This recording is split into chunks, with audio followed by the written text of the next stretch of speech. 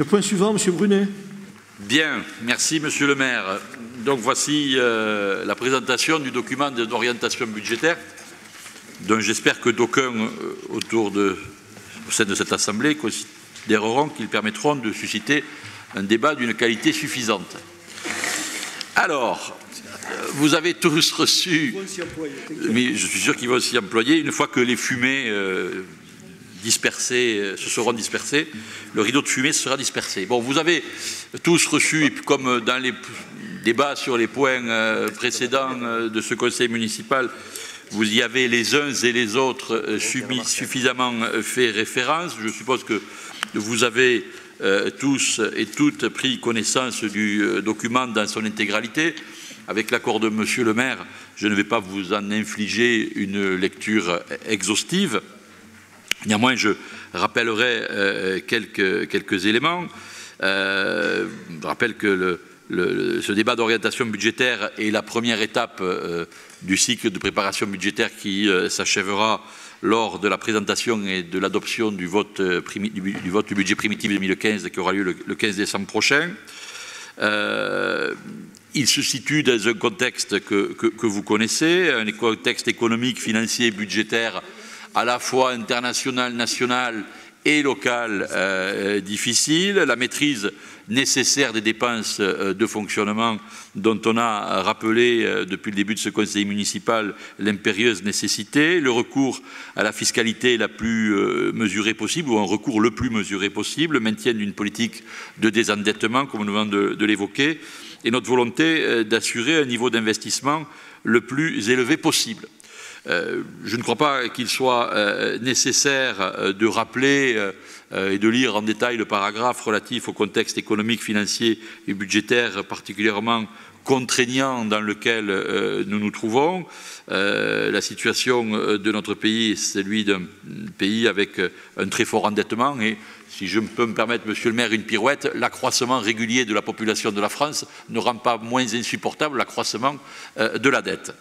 Le projet de loi de finances 2015, notre consultante, notre experte, et dans mon propos ce n'est pas péjoratif, a pu rappeler quelles sont les règles qui s'imposent à nous et les conséquences que cela va avoir sur la préparation du budget 2015. Tous les acteurs sont concernés par ces efforts d'économie, l'État, les agents et établissements publics nationaux pour 7,7 milliards d'euros, les collectivités territoriales pour 3,7 milliards, dont 56%, je le rappelle, pour le seul bloc communal, l'assurance maladie pour 3,2 milliards d'euros et les organismes de protection sociale pour 6,4 milliards d'euros. La dépense publique, quand même, je tiens à rappeler ce point, devrait se stabiliser ou se situer aux alentours de 56% du PIB en 2015, ce qui est un niveau extrêmement élevé. Alors, je ne veux pas revenir sur l'appréciation que l'on peut se faire sur les hypothèses de croissance présentées par le gouvernement dans la présentation du projet de loi de finances. Nous sommes de ceux qui, hélas, considérons qu'elles sont plutôt de nature optimiste. Alors, ce qui nous concerne plus directement, c'est la poursuite de la diminution des concours financiers de l'État aux collectivités territoriales.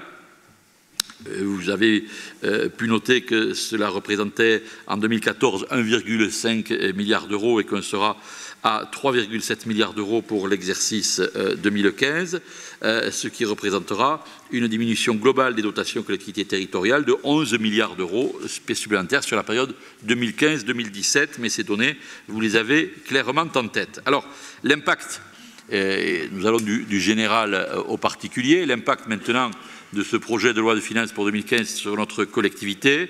Ce sont des concours financiers de l'État, vous l'avez compris, en très nette diminution et vous comprendrez que dans ces circonstances-là, nous ayons ici à Tarbes choisi une posture de prudence plus que jamais nécessaire quant à l'estimation des concours financiers de l'État qui sont, le cas échéant, destinés à revenir à la ville de Tarbes. Alors voilà les estimations attendues en euros. Là, je me reporterai très directement et très fidèlement au document que vous avez sous les yeux. L'estimation attendue en euros en partant sur une hypothèse de stabilité de la population pour le recensement 2014. Donc dotation globale de fonctionnement en diminution de 869 102, estimé au budget primitif 2015 à 13 512 480, contre notifié en 2014 14 381, et les allocations fiscales compensatrices en diminution, elles aussi, à 1 544 000, ce qui fait des concours financiers de l'État en diminution de plus de 900 000 euros. Pour rappel, la DGF 2013 était de 14 610 000. Il s'agissait de la dernière année avant la mise en place de la contribution des collectivités au redressement des finances publiques. Au total, vous l'avez entendu, et je crois probablement nécessaire de le rappeler, que cette diminution de ces concours financiers, si les annonces gouvernementales sont confirmées, ce rythme de baisse va se poursuivre au cours des exercices 2016 et 2017, ce qui devrait représenter d'ici à la fin de ce mandat, donc en 2020, une diminution cumulée de 19 millions d'euros qui ne seront plus encaissés par notre collectivité. Alors, les orientations budgétaires elles-mêmes proprement dites pour 2015, les grands axes de notre politique sont toujours déclinés selon les mêmes têtes de chapitre. Et je pense qu'il faut les rappeler. Maîtrise nécessaire des dépenses de fonctionnement, évolution raisonnable des taux de fiscalité directe nécessaires pour financer les mesures gouvernementales, épargne nette de gestion positive mais en diminution compte tenu des nouvelles contraintes budgétaires, maintien de la politique de désendettement, programme d'investissement aussi élevé que possible. La diminution, donc sur les dépenses de fonctionnement, la diminution des dotations de l'État implique la maîtrise des dépenses de fonctionnement. Vous l'avez bien compris, on ne peut compenser des baisses de recettes de fonctionnement que par une maîtrise des dépenses de fonctionnement. Monsieur le maire l'a évoqué tout à l'heure, je vous rappelle que le poste le plus important est la masse salariale, qui représente 55% des charges de fonctionnement du budget principal. Elle dépassera 32,5 millions d'euros, tout budget confondu, dont déjà 30,5 millions d'euros pour le budget principal. C'est une progression de 0,34%. Il faut savoir que cette progression, qui peut paraître faible, s'explique par les avancements d'échelons et de grades, le fameux GVT et les promotions internes, et les mesures catégorielles, ainsi que les augmentations des cotisations à la CNRACL et à l'IRCANTEC. Elle est contenue parce que nous envisageons une gestion, nous maintenons une gestion draconienne du remplacement des départs au sein de la collectivité, monsieur le maire l'a dit tout à l'heure, la diminution des études surveillées des enseignants et la mutation des directeurs d'ALAE à la caisse des écoles, la dépense de 320 000 euros correspondante étant substituée par une subvention équivalente. Alors, en l'absence de telles mesures, la masse salariale, elle, aurait progressé de 510 000 euros, soit une progression de 1,9%, 620 000 euros au total. Alors, les dépenses courantes des services atteindront environ 12 millions d'euros, tout budget confondu, en légère progression par rapport à 2014 à cause de la prise en charge de dépenses nouvelles et des charges relatives aux assurances, au transport, aux réparations et à la facture énergétique. Pour contenir cette progression, les services municipaux ont consenti un effort de diminution de leur crédit de fonctionnement courant sur les dépenses maîtrisables fixées à 5%. Notamment, différentes actions ont déjà été mises en place, notamment sur les questions de consommation d'énergie. Enfin, les enveloppes de subventions et participations et interventions extérieures évolueront, elles, de manière compatible avec les objectifs portés depuis 2001. En matière d'action sociale et solidaire, l'équilibre du budget primitif du CCAS sera réalisé par l'octroi d'une subvention du budget principal légèrement diminuée elle aussi afin de confirmer le soutien à une action sociale et solidaire la meilleure possible. Alors, éducation et jeunesse, vous doutez bien que c'est là-dessus que porte le point extrêmement important, puisque je rappellerai que la ville fait un effort renforcé en direction de la jeunesse, et notamment en matière d'accueil scolaire et périscolaire. Au total, les dépenses nouvelles liées à la mise en place des nouveaux rythmes scolaires représenteront 700 000 euros, légèrement compensés par le fonds d'amorçage, mais il faut que vous reteniez cette notion, vous l'aviez déjà en tête, 700 000 euros, le financement des conséquences de la réforme des rythmes scolaires. S'agissant du monde associatif, le soutien en direction du monde associatif sera adapté aux contraintes budgétaires. L'instruction des dossiers renouvelée de demandes de subventions avec rigueur et un traitement homogène, y compris des comptes devant permettre d'ajuster les subventions au mieux des besoins des associations et des moyens de la municipalité. La contribution au SDIS, service départemental d'incendie et de secours, évoluera de manière comparable à l'inflation aux alentours de 1%. Et les subventions d'équilibre aux budgets annexes seront supprimées, hormis pour le budget annexe de l'Arsenal. Évolution raisonnable, autre tête de chapitre, des taux de fiscalité directe nécessaires pour financer les mesures gouvernementales que nous venons d'évoquer. Cet effort de modération quant au recours à l'impôt local a pour corollaire la recherche d'économies et de nouveaux financements. Or, en dépit des efforts de la municipalité, le coût des dépenses générales, vous l'avez compris, par les mesures gouvernementales, à commencer par la réforme des rythmes scolaires, est impossible à financer par les seules économies générées au niveau des services, sauf à devoir abandonner de nombreux pans de l'action municipale. De même, la baisse inédite des dotations crée des pertes de recettes impossibles à compenser, sauf à générer des hausses substantielles de tarifs aux usagers de nos services et ou de fiscalité. En l'état, il semble, quand on regarde l'équation telle qu'elle se présente, impossible de maintenir inchangés les taux de fiscalité. Toute promesse dans ce sens se révélerait, dans ce contexte, irréaliste et irresponsable. Dès lors, les recettes fiscales évolueront à hauteur des besoins de financement estimés. La baisse des dotations correspond à un manque à gagner équivalent à environ 3 points de fiscalité. 3 points de fiscalité. Et le coût de mise en place de la réforme des rythmes scolaires correspond à près de 2 points de fiscalité, ce qui représente au total, si on cumule les mesures gouvernementales en matière de baisse des dotations et la réforme des rythmes scolaires, 5 points de fiscalité. Mais grâce aux économies générées par les services que j'évoquais un peu plus haut, l'augmentation des taux de fiscalité pourrait être limitée à 1%, ce qui correspond à l'inflation. Et dès lors, bien qu'il ne représente que 43% des recettes totales de fonctionnement du budget principal, le produit de la fiscalité directe locale devrait se stabiliser aux alentours de 26,4 millions d'euros. L'épargne nette de gestion positive, mais en diminution compte tenu des nouvelles contraintes budgétaires. L'épargne nette de gestion, elle, va connaître une baisse qui sera significative, mais Monsieur le maire l'a dit tout à l'heure, elle restera néanmoins positive tant sur le budget principal qu'en budget consolidé grâce aux efforts qui ont été décrits ci-dessus. Le maintien de la politique de désendettement, l'ambition de poursuivre plus que jamais le désendettement dans ce contexte national de recherche de la dépense publique est important. Ainsi, donc, je ne vais pas revenir sur la diminution au cours des dernières années. Mais compte tenu de ce qui précède et de ce que nous avons évoqué tout à l'heure, le sentier se situe, ou la volonté se situe entre une stabilisation de la dette en valeur et au mieux un désendettement de quelques centaines de milliers d'euros. Ainsi, comme en 2014, le recours à l'emprunt se situera, si nécessaire, au maximum des montants de l'échéance annuelle en capital, soit 8,3 millions d'euros, tout budget confondu, et 7,3 millions pour le seul budget principal. Alors, le programme d'investissement, je crois que c'est celui-ci qui est aussi extrêmement important, puisque nous sommes tous attachés à un maintien de niveau d'investissement aussi élevé que possible. L'année 2015 sera marquée par des projets d'investissement dont l'impact est mesuré en prenant en compte autant que possible les démarches relatives aux économies en frais de fonctionnement. J'évoquais tout à l'heure l'énergie, l'utilité publique ou encore les effets induits sur l'économie locale. Alors, je vais citer quelques têtes de chapitre importantes en matière d'opérations de renouvellement urbain éligibles et en subvention.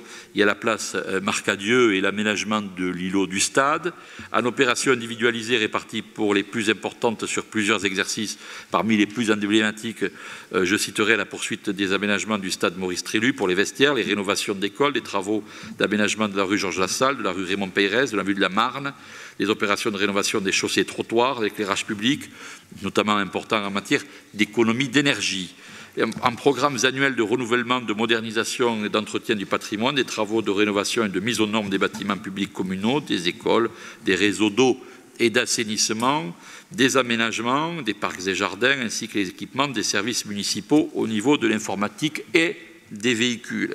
Travaux de proximité, efforts consentis jusqu'à présent maintenus. Vous savez que c'est un aspect extrêmement important de la politique et très apprécié parce qu'il répond aux exigences régulièrement exprimées par nos concitoyens. Voici donc, Monsieur le maire, mes chers collègues, résumé les orientations budgétaires telles que vous les avez sur le document qui vous a été fourni. J'insisterai, si vous le permettez, en conclusion sur les dernières considérations qui se situent en conclusion de ce document et que vous avez souligné en italique et qui vont, je l'imagine, amorcer le débat puisque nous avons différentes hypothèses qui pourraient et qui peuvent s'ouvrir à nous. Donc, Monsieur le maire les a évoquées tout à l'heure, je vais les rappeler. Diminuer l'investissement et les dépenses de fonctionnement, c'est ce qui correspond à ce que je viens de vous exposer. 2. Augmenter l'endettement pour restaurer l'investissement au niveau des années passées. Mais ça a été évoqué notamment par moi-même tout à l'heure, nous risquerions dès lors d'aggraver les ratios financiers, de générer de nouveaux déséquilibres et de rendre d'ailleurs plus difficile la possibilité d'obtenir nos besoins de financement à des conditions qui soient intéressantes, ces fameux marchés que j'évoquais tout à l'heure. Et puis, 3e hypothèse, augmenter les tarifs de nos services municipaux, les taux de fiscalité. Alors effectivement, ça permettrait d'augmenter l'épargne de gestion pour retrouver de l'autofinancement. Une hausse de la fiscalité, il y a cette notion en tête de 4%, génère 1 million d'euros d'investissement supplémentaire, permettrait d'anticiper les ponctions complémentaires attendues sur la DGF en 2016-2017. Vous avez vu que le mouvement ne s'arrêtera pas. Et la hausse des tarifs des services municipaux permettrait au mieux de répartir la charge des services publics entre l'usager, souvent non tarbais. Vous savez que nous sommes ville chef-lieu, donc nous avons des usagers de nos services qui ne sont pas forcément les contribuables tarbais, et le citoyen, et ainsi diminuer ce que nous pouvons, dans un mot un peu jargonneux, appeler la diminution de l'impact des charges de centralité. C'était en d'autres termes à l'instant, c'est-à-dire que beaucoup d'usagers de nos services municipaux ne sont pas forcément des contribuables tarbés. Voilà, Monsieur le maire, de façon, je l'ai essayé le plus synthétique possible, présenter les orientations budgétaires soumises au débat de notre conseil municipal. Merci, merci Monsieur le Président de la Commission des Finances. Monsieur Lagonel, puis Madame Pham.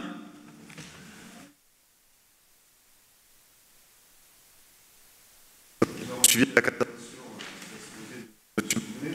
ne marche pas? On a un problème avec les micros. Hein. Moi, je vois, ça clignote là. Il ne marche pas, le vôtre? Oui, ça clignote. Panne. Non, il n'y a pas de... Arrêtez.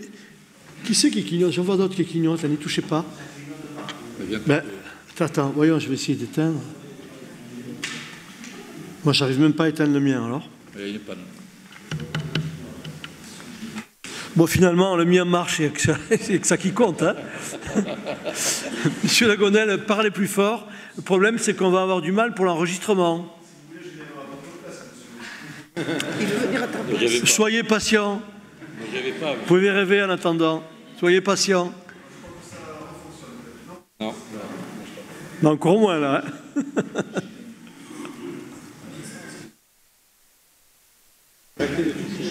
Monsieur Miqueux, essayez de... Oui, on éteint tout et on rallume. Une seconde, alors, s'il vous plaît.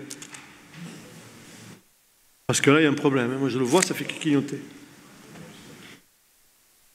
C'est depuis que M. Palmade a parlé, j'ai vu que ça... Il a créé des interférences partout, là. C'était électrique.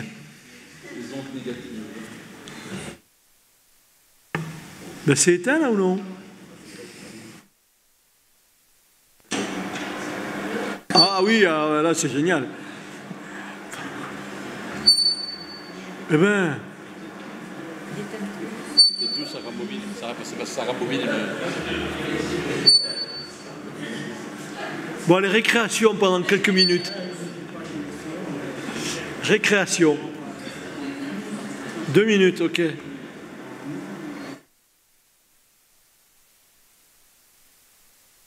Ça redescend.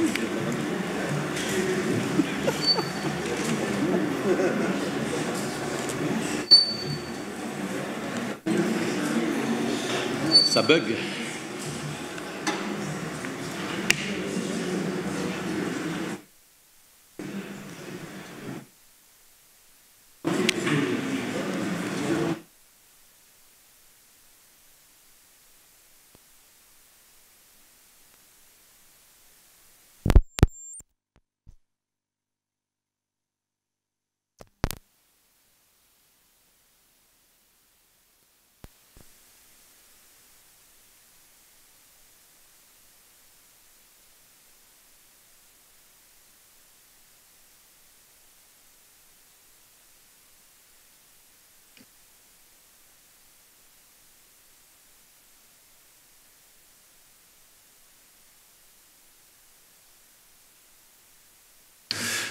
Oui, on dirait que oui, c'est bon. Merci, Monsieur Miqueux. Alors, écoutez, moi, je tiens à remercier François-Xavier Brunet pour la clarté et la concision du propos, parce qu'on aurait pu faire beaucoup plus long. Moi, ces orientations budgétaires, bon, je dirais qu'elles sont dans la ligne des budgets précédents, donc sans surprise. Je précise d'entrée, que ce soit clair, que j'approuve l'équilibre global et l'esprit général de la construction de ces budgets. Quelques remarques, cependant. Au niveau de la maîtrise des dépenses de fonctionnement, la maîtrise de la masse salariale est moins forte qu'elle ne paraît, hein, puisqu'elle apparaît en progression limitée à 110 000 €. Mais comme vous l'avez dit, elle a obtenu artificiellement par une subvention de 320 000 € à la caisse des écoles. Sur le soutien au monde associatif, peut-être vous en parlerez tout à l'heure, les réunions des commissions attribuant les subventions n'ayant pas encore eu lieu, je pense notamment à la commission des sports qui a lieu la semaine prochaine. Je vous remercie de préciser tout à l'heure dans votre réponse quelle sera la baisse en montant et en pourcentage de cette baisse et sur quels critères cette baisse va s'appliquer. Sur quels critères, au pluriel je suppose, elle va s'appliquer. Concernant la fiscalité, bon, vous connaissez notre attachement à Tarbes pour tous, presque légendaire maintenant, en faveur d'une fiscalité faible. Les Tarbais sont exaspérés, comme les Français en général, hein, par les hausses d'impôts. Nous avons écrit dans le dernier Tarbes-le-Mag que nous étions prêts à voter le budget 2015 si les taux de fiscalité directe locale, c'est-à-dire la taxe foncière et la taxe d'habitation, n'augmentent pas. Nous restons sur cette ligne. Ceci nous paraît vital.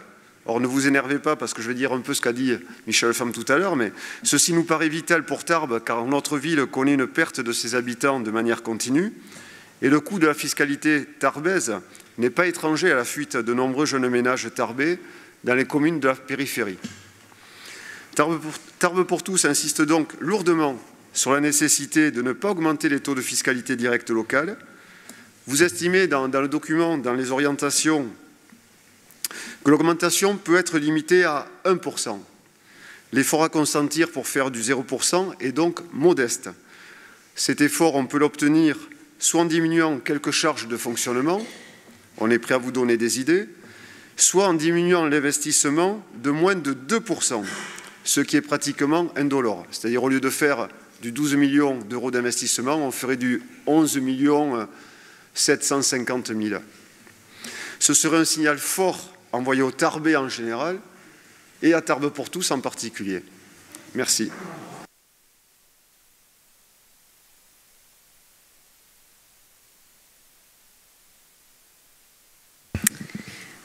Oui, Monsieur le maire et Monsieur Brunet, vous faites état de la diminution des concours financiers de l'État et du plan de 50 milliards d'économies, donc 26,4 milliards pour 2015. On ne le nie pas, mais c'est à ce prix-là qu'on peut réduire le déficit public. Et puis ce déficit, il n'est pas arrivé en 2012, lui non plus. Tout à l'heure, vous nous rappeliez que les choses, eh bien, on a dit que ce n'était pas non plus que depuis 2001, qu'il y a des choses qui sont faites sur Tarbes, mais là, c'est la même chose. Par contre, je m'interroge pour l'avenir de nos finances locales quand j'entends les candidats, je l'ai dit tout à l'heure à la primaire de l'UMP, parler d'économies qui vont jusqu'à 150 milliards pour la prochaine mandature. C'est 3 fois plus. Alors certes, il faut faire des choix. Ces choix, nous vous les livrons dans ce débat. Nous voulons d'un budget qui réponde aux besoins des Tarbais, aux priorités des jeunes, aux priorités des élèves, aux priorités du périscolaire, la solidarité avec les demandeurs d'emploi, 18% de demandeurs d'emploi, dont 40% en longue durée, en situation de précarité. Oui, nous voulons la solidarité intergénérationnelle, la solidarité avec nos aînés. Nous sommes d'accord sur un budget d'investissement qui puisse arrêter l'exode de la population. Mais avec des projets d'investissement qui soient parfaitement maîtrisés. Et non comme celui de la Halle Broban qui a commencé à 4,7 millions et pour finir à 13 millions d'euros. Moi, j'ai rien du tout contre ce... Ah si, c'était le Tarbes-Mag de 2011, 4,7 millions. Je n'ai rien du tout contre ce projet, j'y allais à la Tarbes... J'y allais avant, je continue à y aller, mais c'est seulement la dérive financière mal maîtrisée. Vous ne pouvez pas dire n'importe quoi, mais c'est incroyable. Nous vous avons écouté. Donc nous voulons nous aussi, comme Tarbes pour tous, une fiscalité sans augmentation. C'est d'ailleurs un paramètre pour éviter le déclin démographique de notre population. Les impôts sont plus élevés à Tarbes que dans les autres villes, y compris celles de la même strate. Nous voulons un budget de solidarité en augmentation pour les associations, puisqu'elles sont l'âme de notre ville, et un budget en augmentation pour le CCAS, puisque l'action sociale est primordiale. Enfin, vous parlez sans arrêt du surcoût des rythmes scolaires. On en entend parler de ces 700 000 €, effectivement, Monsieur Brunet. Oui. Et ces 700 000 €, c'est 1% du budget de fonctionnement, 2% du budget de la masse salariale ou 5% des dépenses courantes des services. Et donc, je pense qu'on peut trouver aisément ces 5% dans le budget des dépenses courantes. Par exemple, dans le domaine des économies d'énergie, vous en parliez déjà dans le DOP de 2013. Je pense qu'avec l'ensemble du patrimoine de la ville, il y a moyen de faire des économies d'énergie dans cette proportion. Surtout que maintenant, ils peuvent être financés en partie par l'ADEME et que la surconsommation d'énergie est à perte. Ensuite, il y a aussi la partie négociation des tarifs de gaz qui devrait faire baisser la facture énergétique. Et puis, parlons de l'augmentation du capital de la CEMI. On a déjà donné 1,4 million en 2 ans. Et lors des réunions pour l'ORU, vous avez annoncé que la ville de Tarbes s'engageait à l'avenir à soutenir la CEMI au niveau du NORU.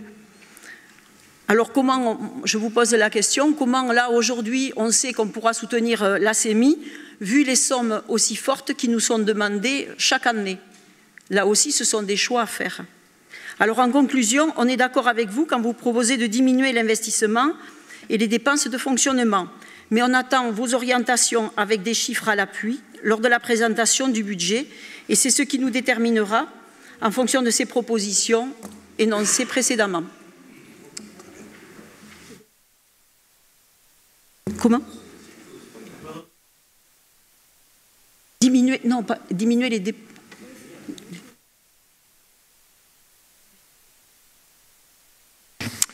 Ouais. Il y a des choses qu'on peut peut-être envisager quand même. Moi, si je me fie à tout ce que je viens d'entendre, et notamment ce par quoi notre séance a commencé, c'est-à-dire le rapport de Madame Horry, je ne voyais, si j'en fais, ou alors j'ai raté une marche, mais j'ai fait attention quand même.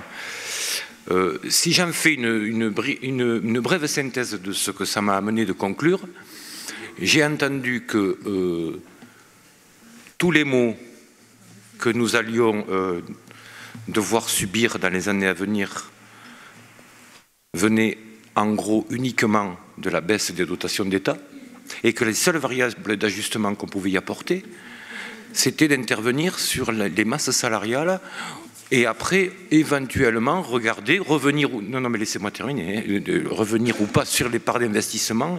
Mais en tout cas, on nous a comparé ça avec les ménages, oui, mais si on parle des ménages, c'est toujours eux qui sont touchés. Donc de toute façon, pour eux, ça ne change pas. Mais c'est encore eux qui vont être touchés maintenant si on ne fait pas jouer une autre, peut-être possible variable d'ajustement de tout ça et qui ne se conclurait pas que par réduire ou ne pas augmenter les masses salariales, ne pas remplacer les départs en retraite, en fait tout ce qu'on sait, et toucher globalement donc au confort des gens ici et maintenant, c'est quand même la variable du taux d'endettement et de la durabilité de la dette. C'est-à-dire que toute collectivité territoriale fonctionne avec de l'emprunt. Alors, moi, je tiens à ne pas revenir sur le bien fondé de ce que vous avez brillamment exposé, qui est la diminution globale sur les années que vous nous avez exposées depuis 2001, de la réduction de l'endettement. Je dis c'est bien, sauf que ce n'est pas quand même notre seule manière d'appréhender la vie aujourd'hui sur une échelle de vie de tout citoyen, puisque quand on mesure l'endettement, il est en moyenne sur une dizaine d'années, sur une dizaine d'années, et ne peut-on pas envisager pour toujours intervenir et en limitant la casse et la pression fiscale et toutes les charges qui vont peser sur les citoyens, que ce soit direct ou indirect, parce que si on diminue les services publics, ça voudra dire qu'on diminuera les services aux citoyens. Est-ce que sans repartir dans un processus qui viserait à augmenter et à revenir à inverser la courbe qui a été engagé aujourd'hui, c'est-à-dire de se désendetter, si on ne repart pas sur un surendettement, je pense qu'il doit y avoir moyen de limiter ce raisonnement, de absolument limiter la dette, cette sacro-sainte dette qui produit un effet majeur, c'est de gaver les banquiers. Mais si on repart pas sur une période qui viserait à agrandir soit l'endettement, soit le taux de l'encours annuel, mais qu'on fait une cote mal taillée pour préserver et le bien-être des citoyens et les investissements en matière de social, et sans pour repartir sur un gros endettement, on peut peut-être trouver une cote mal taillée. Après, je ne reviens pas sur la critique que je peux faire effectivement de la diminution des dotations d'État. C'est parfaitement critiquable et j'y suis parfaitement opposé. C'est un scandale, c'est du rap, c'est du racket. Mais n'empêche que, si, et je ne vais pas me répéter, si tant qu'on n'aura pas changé ce processus économique qui vise à être maintenu et à s'aggraver avec le gouvernement actuel, mais du reste, je ne doute pas que, comme le disait Marie-Pierre en introduction, si c'était M. Sarkozy ou d'autres, on ne serait pas logé à la meilleure enseigne, mais moi je suis front de gauche, je peux me permettre de parler comme ça, hein, vous me noterez mes propos. Je répète donc, sans revenir à un surendettement exagéré et sans inverser cette courbe, on doit trouver, avant de se débarrasser du gouvernement actuel, des solutions pour ne pas faire peiner l'usager. Non, moi je voudrais ajouter quelque chose, c'est que je crois que le gel de dotation d'État réduit d'autant notre possibilité d'investissement, donc réduit à des conséquences sur le pouvoir d'achat des Tarbais et de la population. Bon, ça c'est un fait. Et donc je crois qu'à partir de là, il faut que dans les arêtes de notre budget, on trouve les moyens de continuer à mener les missions qui sont les nôtres, sans les mettre en péril, et en même temps faire en sorte, autant que peu, de protéger les populations et en même temps, autant que peu également, de continuer une politique d'investissement qui permette le travail sur le bassin d'emploi. Donc, moi, là où je souscris à ce que vient de dire Dominique, c'est que je crois qu'on pourra difficilement y arriver en diminuant d'une manière ou d'une autre le fonctionnement. Alors peut-être faut-il regarder des petits coups à la marge. J'ai entendu ce que Mme Fan a dit sur les questions énergétiques. Pour autant, le souhait de notre groupe, c'est de sanctuariser tout ce qui est action sociale, parce qu'on pense qu'aujourd'hui, c'est un budget qui protège les populations et que ça ne fait pas partie d'un budget du passé, le social, mais d'un budget qui est le premier moyen de remettre les gens en dynamique et qui a eu des actions qui méritent d'être peut-être pérennisées, voire d'autres initiées. Je pense que la question de l'école est extrêmement importante. Moi, je pense que les 700 000 € pour les rythmes scolaires ne sont pas un coût. Pour moi, ils sont un investissement. Et je pense qu'au vu du désengagement de l'État, le rôle que va jouer la municipalité va être moteur, même si je pense, là encore, que l'éducation nationale doit rester un pilotage d'État. Et c'est pour ça qu'il y a un certain nombre de mesures qui ne me conviennent pas. Je dis un mot parce qu'il y avait une motion de la CGT. Je pense également que la question de la sécurisation des personnels, de la lutte anti-précarité, du remplacement des départs en retraite, de la lutte contre la fragilisation d'un certain nombre de statuts, je pense en particulier à des femmes, doit faire partie de nos priorités. Voilà. Et enfin, toute dernière chose, je crois qu'il faut qu'on regarde parmi les investissements ceux qui vont rapporter à la ville de Tarbes. J'ai noté qu'on ne parlait plus du Palais des Congrès il y a un moment. Je comprends pourquoi, je fais partie des gens qui pensent que c'est une mesure qu'on met en suspens pour de bonnes raisons, ce qui ne veut pas dire que ça augure de l'avenir. Donc, au-delà des premières questions qui sont pointées ici, vers quoi on se dirige. Je vous l'ai demandé tout à l'heure, Monsieur Trémège, quels vont être les grands travaux du mandat pour la préservation et pour le renouveau tarbais en lien avec le développement du Grand Tarbes. Comprenez que ça nous intéresse, les élus d'opposition que nous sommes. Voilà, toute dernière chose, mais c'était implicite, hein. À partir du moment où je ne veux pas trop toucher au fonctionnement, à partir du moment où l'investissement doit rester un fait, je pense que, tenant compte des marges de manœuvre qui sont, il nous faut jouer sur le remboursement de la dette, bien évidemment. Et je pense que quand on est dans une situation comme on est, je vous l'ai dit tout à l'heure, pour moi le remboursement de la dette c'est important. Moi je ne vais pas refaire le roman de Tarbes, hein. Je suis arrivée bien après 2001, excusez-moi, et on ne va pas réécrire l'histoire à l'infini. On est aujourd'hui dans le cadre d'une ville qui n'est pas endettée. On est à une période où il nous faut quand même tenir compte d'un contexte difficile pour les populations. Donc s'il est besoin de jouer à quelques marges, je suis pour les jouer là. Merci beaucoup. Ah bon, monsieur. Merci. Vous souhaitiez des propositions, monsieur le maire. Je pense que vous en avez eu sur les bancs de l'opposition, aussi bien par monsieur Lagonel que par madame Femme que par madame Vieux. Et je souhaite vraiment que vous puissiez en faire votre miel. Moi, je souhaiterais ajouter quelques éléments. Le premier, c'est d'indiquer que les finances de notre ville sont sous tension, comme celles de toutes les autres collectivités. Et elles sont bien sûr impactées par le programme de stabilité dont on a parlé tout à l'heure.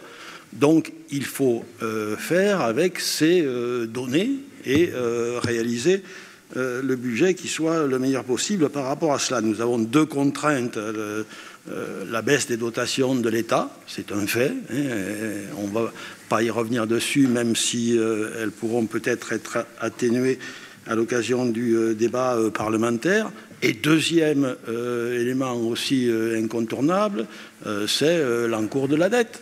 Ici, à Tarbes, malgré tout ce que vous avez pu dire, nous avons un encours de la dette qui est de près de 50% supérieur à la moyenne de la strate, 1513 €, c'était dans vos tableaux tout à l'heure, contre 1092 €.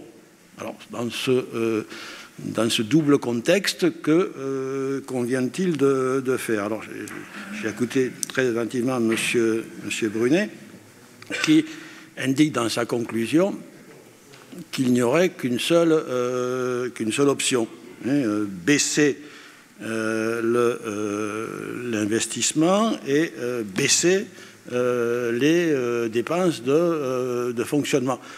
Moi, je présenterai les choses peut-être de manière un petit peu différente. Alors, vous évoquez ensuite deux autres scénarios. Celui qui consiste à dire augmenter l'endettement pour restaurer l'investissement au niveau des années passées. Bien sûr que non. Bien sûr que non. On n'est pas des irresponsables. L'autre scénario, augmenter les tarifs des services et les taux de fiscalité.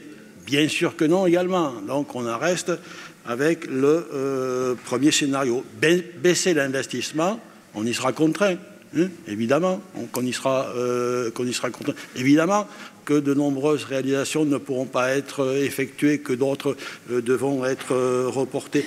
J'en dirais pas autant des dépenses de fonctionnement. Moi, je préférerais qu'on retienne une formule comme la maîtrise des dépenses de fonctionnement.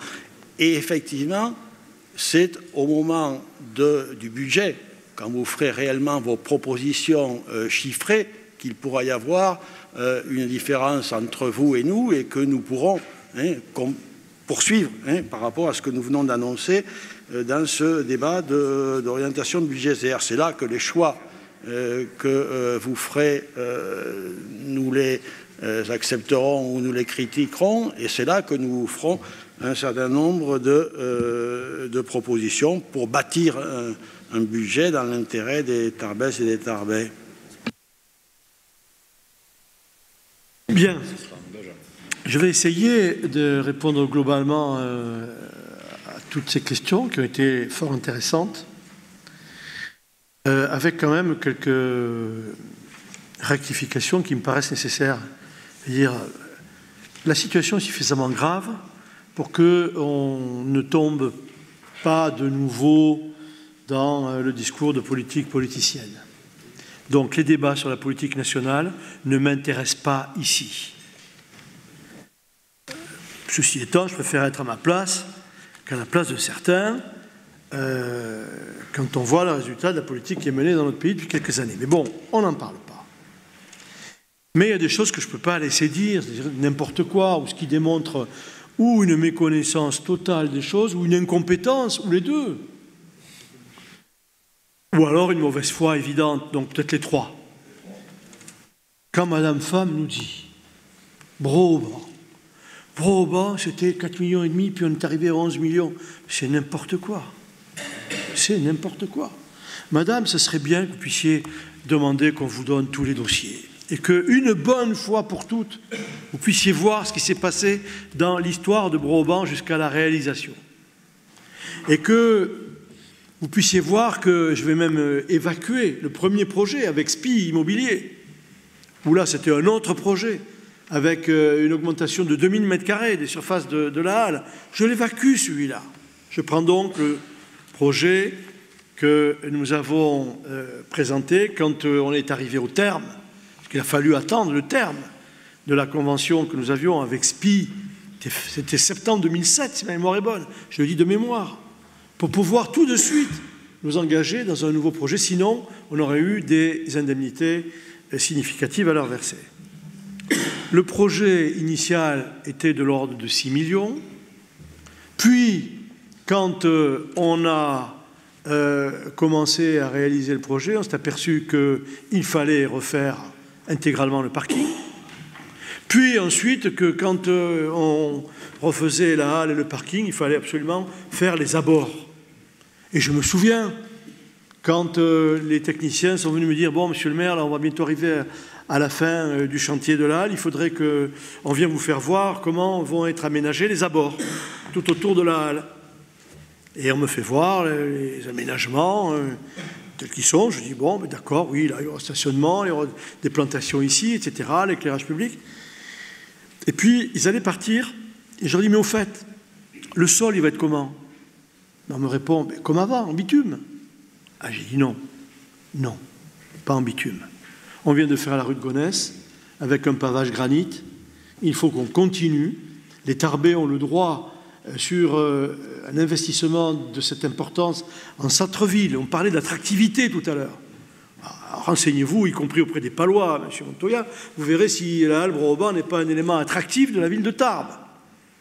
Et j'ai dit, je suis désolé, les Tarbais ont droit à de la qualité, donc on va faire les aménagements des abords avec du pavage granit. Et bien sûr que ça avait des surcoûts, tout cela, mais c'est des choix délibérés qu'on a fait. On a décidé de refaire intégralement le parking, on a décidé de faire les abords tels qu'on les a fait, et on est arrivé à la fin avec un budget qui, bien évidemment, n'avait rien à voir avec le budget initial. Quand on vous entend, on a l'impression que le budget initial, c'était de, 6 millions, et que, comme par hasard, pour le même projet, on arrive au double. Ben non, c'est pas vrai. Donc moi, j'aimerais qu'on soit un peu de bonne foi. Et si vous n'êtes pas informé, je vous donnerai tous les éléments pour que vous arrêtiez de sortir ça chaque fois. Et ça m'évitera de vous redire que vous faites complètement fausse route, que ou vous n'êtes pas informé, ou vous êtes de mauvaise foi, ou vous êtes incompétent. J'espère que c'est rien de tout ça. Sur les impôts élevés, vous avez dit, madame, oui, c'est vrai. Bien sûr que les impôts sont élevés à Tarbes. Ils sont élevés depuis longtemps. Là, je suis désolé, moi j'aurais bien aimé trouver une ville avec des taux de la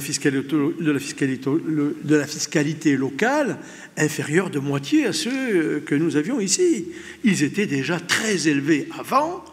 Eh bien, on a essayé de les maîtriser en 2001, augmentant ces taux de la moitié à peu près de l'évolution des taux de l'inflation. pour faire en sorte qu'en coût réel pour le Tarbet, eh bien, il soit moins important qu'auparavant. Alors oui, ils sont élevés encore aujourd'hui, vous avez raison. Quant au CCAS, le budget du CCAS, c'est bien gentil, Madame Doubrère va apprécier que vous préoccupiez du CCAS. Je peux vous dire que le CCAS est suffisamment bien géré pour disposer des ressources dont il a besoin pour répondre, pour l'instant, je touche du bois, pour l'instant, à toutes les sollicitations et pour créer de nouveaux services à destination de la population. Alors oui, dans le budget que je vous proposerai, il y aura une diminution symbolique du budget du CCAS, parce qu'on ne peut pas dire à tout le monde on va vous diminuer les subventions, sauf les nôtres. Eh bien, les nôtres aussi vont être diminuées, celles de l'Office du tourisme, celles du comité des fêtes, celles du CCAS, celles de l'OMS, toutes vont être diminuées. Voilà. Alors après, vous dites, sur le principe, vous avez raison. Il faut réaliser des économies sur les dépenses courantes, et notamment sur les dépenses d'énergie. Est-ce que vous savez, alors nous devons, je vous rappelle que la charge nouvelle qui est la nôtre, avec le prélèvement de l'État plus le surcoût lié au rythme scolaire, moins la dotation de l'État et le concours de la CP, de la caisse primaire, de la CAF, c'est 1 400 000 €. 1 400 000 €. Voilà, on a une chape de 1 400 000 €. Il faut qu'on les trouve. Alors, si on veut les trouver sur les économies d'énergie, c'est possible. J'ai déjà confié une mission à 2 personnes, à Jean-Claude Piron et à Michael Ducrot, pour qu'ils travaillent sur ce sujet. Est-ce que vous savez combien représente pour la ville et tous les satellites, c'est-à-dire les associations pour lesquelles, souvent, nous payons l'électricité, le chauffage. Certaines, puisque c'est nous qui payons, d'ailleurs, laissent leur chauffage allumé toute la semaine, alors qu'ils font une réunion par semaine. Donc voilà le travail qui va se faire. Est-ce que vous connaissez le budget global de nos dépenses d'énergie? Est-ce que vous avez une idée? Non, vous allez nous le dire sûrement. Bien sûr que je vais vous le dire, mais comme vous dites que le budget global, c'est 2 100 000. 2 100 000. Et moi, j'ai donné comme objectif à M. Piron et à M. Ducrot, je leur ai dit, et d'ailleurs vous le verrez dans le budget, ce sera inscrit, je leur ai dit en 2015, il faut économiser 5%. En 2016, il faudra encore économiser 5%. Parce que dans le même temps, il faut dire, nous payons des dépenses d'énergie et de chauffage dans des établissements publics qui appartiennent à la mairie, qui ont besoin d'être mis aux normes d'isolation. Donc ça implique un investissement. Et si on veut le retour sur investissement, il faut d'abord faire l'investissement avant de pouvoir faire les économies d'énergie. Aujourd'hui, dans l'éclairage public, tout l'éclairage public que nous changeons, nous mettons des LED. Nous mettons des LED, Michel Forget, pour réduire ces dépenses d'énergie. Donc, on en est conscient, mais ce n'est pas avec les seules économies sur les dépenses d'énergie qu'on va trouver les 1 400 000 €. Ensuite, d'autant plus que les tarifs augmentent, sauf ceux du gaz qui ont baissé un peu, qui risquent de baisser encore un peu. Ensuite, vous reparlez de la CEMI. Alors là, permettez-moi de vous dire, c'est vraiment pas sympa, parce qu'on a eu un débat ici sur la CEMI. On a eu un débat ici. On a expliqué la situation de la CEMI. Si vous voulez, on la vend, la CEMI. Et vous allez voir, on va encaisser quelques millions. La ville de Tarbes va récupérer son argent. On va encaisser quelques millions. Il y a des personnes qui sont intéressées pour l'acheter, dont l'OPH en premier. Sauf qu'on n'est pas d'accord sur les prix. L'OPH se dit, il y a une bonne opération à faire. On va pouvoir acheter la CEMI pour 3 millions d'euros. Je vous rappelle les chiffres. La valeur nette comptable est de 6 600 000 €, et la valeur réelle, après avoir demandé l'expertise de tous nos immeubles, elle est de 40 et quelques millions d'euros. Bon, alors entre 3 millions et 40, on peut discuter. Mais alors bien sûr que si je veux, on va vendre la CEMI. Il y a des prédateurs nationaux aujourd'hui qui sont prêts à venir mettre la main sur 1300 logements dans notre territoire et qui, eux, ont des moyens considérables. Ils ne sont pas quelques dizaines de millions d'euros près. Bien sûr, si on veut, on la vend, la CEMI. OK. Je crois qu'on a eu un débat ici et on a été tous d'accord pour dire qu'il faut qu'on conserve cet outil au service du logement social sur la ville de Tarbes. Pour répondre à votre question, puisque vous vous demandez comment la CEMI a pu postuler sur l'ORU pour Bel Air, sachez que nous nous sommes appuyés sur la CG2LS et sur la Caisse des dépôts et consignations qui nous accompagnent sur ce projet s'il nous échoue, ce qui n'est pas du tout évident aujourd'hui. Ce n'est pas évident aujourd'hui. Ensuite, je ne veux pas les prendre un par un, mais globalement, oui, vous avez tous raison, on est dans un contexte difficile. On est dans une situation difficile. Ce n'est pas nous qui l'avons choisi, mais c'est nous qui allons la supporter comme tout le monde, comme le pays. Comme le pays. Et quand j'entends les uns et les autres qui disent fiscalité zéro, oh, mais je veux bien.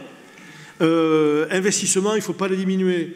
Et d'autres qui disent investissement, il faut le diminuer. Ce n'est pas grave. La masse salariale, il ne faut pas la diminuer. Marie-Pierre Vieux, vous savez très bien, et vous l'avez fort bien dit d'ailleurs, que si on réduit l'investissement, on va réduire le travail qu'on donne aux entreprises locales, c'est-à-dire que le chômage va augmenter. Et donc on va contribuer à faire augmenter le chômage sur l'agglomération de Tarbes. Et moi je considère que protéger nos populations, c'est tout mettre en œuvre pour pouvoir leur donner du travail. C'est pour ça qu'il faut trouver le bon équilibre entre l'investissement qu'on va pouvoir continuer à poursuivre. Alors vous me demandiez, Marie-Pierre Vieux, quels sont les grands projets que vous allez faire dans l'avenir? Je vais vous donner un conseil. Et je le donne à tout le monde d'ailleurs. Vous allez lire le projet qu'on a présenté au Tarbes et au Tarbais. Si vous n'en avez pas, je vais en faire tirer des exemplaires nouveaux, on fait des photocopies puisque nous, il nous en reste. On va vous le donner et vous nous direz, parce que bien évidemment on va être obligé d'en sabrer pas mal par rapport à la situation que j'évoquais, et vous nous direz, selon vous, quels sont ceux qui vous paraissent prioritaires, ou même d'autres qui ne figurent pas dans notre projet.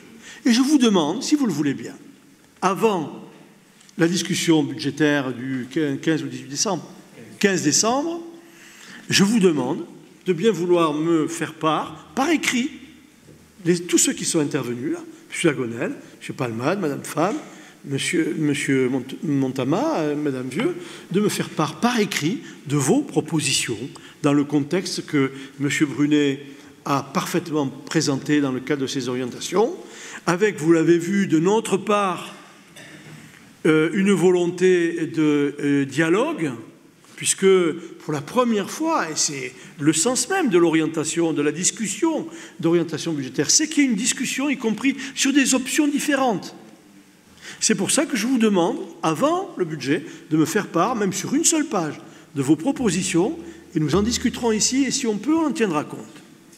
À condition que, bien évidemment, nous puissions préserver les grands équilibres. Je vais vous lire quelque chose.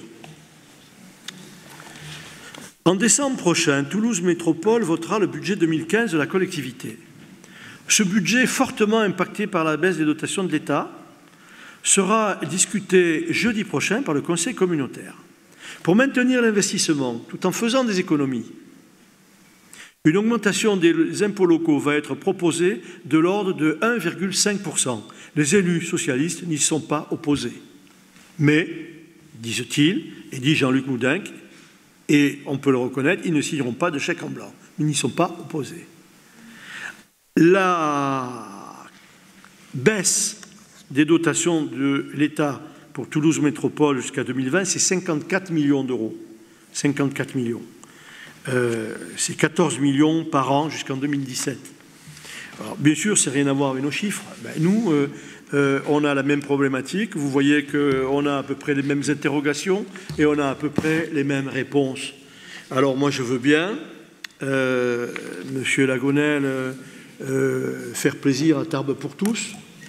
Il se trouve que moi, je me bats aussi pour tous les Tarbais. Et j'aimerais bien qu'on puisse continuer comme on a fait au cours des dernières années. On a quand même fait 5 années au cours des dernières années avec fiscalité zéro. J'aimerais bien pouvoir le poursuivre, mais vous allez me donner les bonnes solutions. Vous dites diminuer les charges de fonctionnement, très bien, vous me direz lesquelles. Vous me direz lesquelles, sachant qu'un point de fiscalité de moins, c'est 280 000 euros. Voilà, je veux bien. Vous allez me dire, bon, puisque vous prévoyez 1%, il faut que vous économisiez 280 000 euros sur le fonctionnement, pas sur l'investissement, sur le fonctionnement. Car ce sont des recettes de fonctionnement qu'on ampute. Donc, vous me donnez une proposition en me disant, voilà, dans la lettre que je vous demande à chacun, vous me dites, vous, M. Lagonel, Ben, très bien, vous vouliez augmenter d'un point, ça fait 280 000 euros. Ben voilà, dans les dépenses de fonctionnement, je vous propose de réduire ceci, cela, de fonctionnement. Et puis ensuite, nous verrons bien. Ensuite, dernier point, je ne peux pas ne pas dire un mot sur cet article, et je le qualifie d'infâme. Je le qualifie délibérément d'infâme, qui a été publié aujourd'hui dans la presse locale par la CGT. Moi, je veux bien, il y a des élections syndicales, etc. C'est dommage qu'il ne soit plus là, d'ailleurs, mais comme je sais que ça lui sera rapporté, ou ça leur sera rapporté, c'est pareil. Je trouve ça vraiment dégueulasse de tenir des propos de ce genre mensongers, truqués, tronqués. Depuis plus d'1 an et demi, je subis cela. Je subis cela depuis 1 an et demi, des commentaires avec des mensonges, des propos infondés, tronqués, truqués, calomnieux, etc.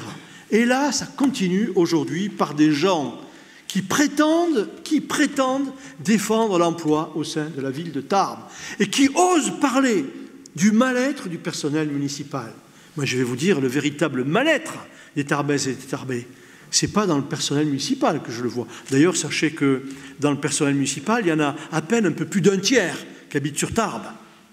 Si vous vous interrogiez tout à l'heure sur la baisse de la population, eh bien, il y a 2 tiers du personnel municipal qui est allé habiter en périphérie, voire même loin, quelquefois, pour acheter des terrains pas chers et construire des maisons. C'est leur droit, et moi je le respecte. Mais le véritable mal-être des Tarbaises et des Tarbais, nous le rencontrons tous les jours ici. Ce sont les personnes, les hommes, les femmes, avec des enfants, abandonnés souvent les femmes, qui viennent pleurer. S'il vous plaît, monsieur le maire, donnez-moi du travail, je ferai n'importe quoi, n'importe quoi. Vous savez combien nous avons de CV en souffrance aujourd'hui? Plus de 4000. Plus de 4000 CV. Et vous croyez que dans ces gens-là, dans ces 4000 personnes, Dieu merci, on en trouve de temps en temps du travail à l'extérieur. On fait des interventions chaque fois qu'on peut. Il ne doit peut-être plus en rester 4000, peut-être qu'il n'en reste plus que 3500.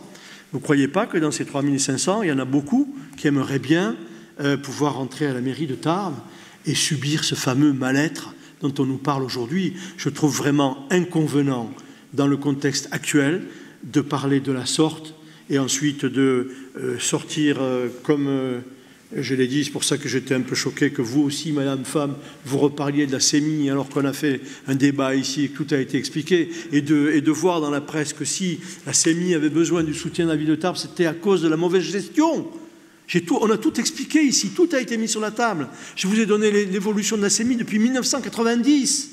Je dis qu'on n'a pas le droit... On n'a pas le droit, sous prétexte qu'il y a des élections syndicales, d'en faire des élections de politique politicienne, qu'on n'a pas le droit de raconter n'importe quoi, et que, je vais vous le dire, la réponse sera cinglante. La réponse sera cinglante, et dans la presse, et à destination de tout le personnel municipal. Puisque certains veulent faire de la politique, eh bien moi je vais faire du syndicalisme. Voilà. Nous passons au point suivant. Parfait. Il s'agit de Madame Argounès, Madame Argounès, qui va nous parler d'octroi de subventions exceptionnelles. Merci, Monsieur le maire. Depuis le vote du budget primitif 2014, diverses demandes de subventions ont été reçues et soumises à examen. Sur avis favorable de la Commission Finances, Développement économique, Intercommunalité, Administration générale, Commande publique du 6 novembre 2014, il est proposé au Conseil municipal d'attribuer les subventions exceptionnelles suivantes. Pour l'association départementale des déportés internés résistants patriotes des Hautes-Pyrénées, 500 €, l'association Portes ouvertes, 2000 € et l'amicale Tarbes d'escrime, 1500 €. Est autorisé, Monsieur le maire, à signer tout acte utile à cet effet et d'inscrire les crédits correspondants dans la décision modificative numéro 5 du budget principal. Y a-t-il des questions? Pas de questions, pas d'opposition, pas d'abstention, proposition adoptée. Le point suivant, Monsieur Brunet, l'ADM 5. Bien, merci Monsieur le maire. Il s'agit de la décision modificative numéro 5 au budget principal 2014, donc des ajustements comme c'est le cas régulièrement s'avère nécessaire. Il s'équilibre globalement en recettes et dépenses à la somme de 23 230, en investissement 23 230 et en fonctionnement 0. Alors, plutôt que d'être lapidaire à ce point, je vous invite à vous reporter sur les tableaux qui figurent en annexe du projet de délibération. Vous verrez qu'en matière de section d'investissement, il s'agit essentiellement d'ajustement de crédit et de virement de crédit. Vous voyez les éléments. Ajustement, réimputation de lignes sur un retour de prêt, et puis vous avez en dépenses de fonctionnement quelques éléments. Vous avez sous les yeux l'ensemble de ces détails. En fonctionnement, donc, ce sont des ajustements et des virements de crédit qui s'équilibrent à 0. Vous voyez, ce sont essentiellement quelques opérations d'ordre. Voici, Monsieur le maire, il m'appartient juste de rappeler que cette décision modificative numéro 5 au budget principal a été examinée lors de la commission des finances du 6 novembre 2014, qui a émis à son sujet un avis favorable. Merci, Monsieur le Président de la Commission des finances. Y a-t-il des questions? Pas de questions? Y a-t-il des oppositions? Des abstentions? Donc, le Front de gauche s'abstient et tous les autres élus votent pour. Merci. Le point suivant, Monsieur Craspaille. Merci, Monsieur le maire. Par rapport, alors il s'agit d'une DM4 au budget annexe de la restauration collective. Par rapport au budget primitif, des ajustements étant nécessaires, les inscriptions budgétaires s'équilibrent globalement en recettes et dépenses à la somme de 26 620 €, sans effet en investissement et en fonctionnement, en recettes sur des ajustements à la hauteur de la totalité de la somme, et en dépenses en ajustement de crédit de 26 500 et en crédit nouveau à 120 €. Voilà, après avis favorable à la Commission des finances du 6 novembre 2014, il est donc proposé au Conseil municipal d'approuver la DM4 du budget annexe de la restauration collective 2014, arrêté en recettes et dépenses à la somme de 26 620 €. Merci, Monsieur le rapporteur. Y a-t-il des questions? Même vote que tout à l'heure? Abstention du Front de gauche et accord de tous les autres. Proposition adoptée. Le point suivant, Monsieur Calatayud. Oui, il s'agit d'une demande d'admission en non-valeur dans le cadre de l'appurement périodique des comptes entre l'ordonnateur et le comptable. Le receveur municipal a proposé l'admission en non-valeur d'un certain nombre de créances irrecouvrables. Les demandes de recettes à admettre en non-valeur, telles que présentées par le receveur municipal, se décomposent ainsi. Pour le budget principal, comprennent un total de 99 titres pour un montant global de 29 158,95 €. Pour le budget annexe eau et assainissement, pour un montant global de 66 800,58 €. Sur avis favorable de la Commission finances du 6 novembre 2014, il est proposé au Conseil municipal d'approuver l'admission en non-valeur de créances irrecouvrables pour 29 158,95 € au budget principal et pour 66 800,58 € au budget annexe eau et assainissement. Merci, Monsieur le rapporteur. Y a-t-il des questions? Ces non-valeurs représentent des petites sommes qui remontent certaines à 1994 ou 1999. Ce sont des petites sommes avec personnes qui, effectivement, ont quitté Tarbes, qui doivent peut-être habiter en périphérie ou ailleurs. Pas d'opposition, pas d'abstention. Proposition adoptée. Le point suivant, Monsieur Calatayud. Oui, Monsieur le maire, il s'agit d'une délibération concernant l'attribution du marché des nouveaux horodateurs. La ville de Tarbes souhaite en effet faire évoluer son parc d'horodateurs. Le matériel existant est ancien et doit être remplacé par des horodateurs nouvelle génération. Le marché prendra effet à compter de sa date de notification pour une durée de 4 ans. Il s'agit d'un marché à bon de commande comportant un seuil minimum de 300 000 € hors taxes et un seuil maximum de 500 000 € hors taxes pour toute la durée du marché. La consultation a été engagée selon la procédure d'appel d'offres. Après avis de la commission d'appel d'offres en date du 5 novembre 2014 et de la commission des finances... 6 novembre. Du 6 novembre, oui. Ah, je vois que je suis. Il est proposé au conseil municipal d'autoriser Monsieur le maire à signer le marché fourniture, pose et mise en service d'horodateurs avec système de gestion centralisé pour un montant minimum de 300 000 € hors taxes et un montant maximum hors taxes de 500 000 €. Merci, Monsieur le rapporteur. Pas de remarques, pas d'opposition. Proposition adoptée. Point suivant, Madame Doubrère. Merci, Monsieur le maire. La ville de Tarbes et le CCAS de la ville de Tarbes achetaient séparément les fournitures de papier. En raison de l'enjeu économique que représentent ces marchés, il est souhaitable d'optimiser les coûts de ces fournitures par l'augmentation du volume demandé aux opérateurs mis en concurrence en constituant un groupement de commandes. Dans le cadre de cette démarche mutualisée, il est proposé la passation d'une convention de groupement de commandes permanent telle qu'annexée, prévoyant les modalités d'organisation et de fonctionnement de ce groupement. La coordination du groupement sera assurée par la ville de Tarbes. Ces marchés concernent la fourniture de papier. Ces marchés seront passés conformément aux dispositions du Code des marchés publics. Après avis favorable de la Commission Finances du 6 novembre 2014, il est proposé au Conseil municipal de constituer entre la ville de Tarbes et le CCAS de la ville de Tarbes un groupement de commandes permanent pour la passation de marchés ayant pour objet la fourniture de papier, d'autoriser Monsieur le maire à signer la convention de groupement de commandes telle qu'annexée. Merci. Pas de remarques, pas d'opposition. Proposition adoptée. Le point suivant, Madame Doubrère.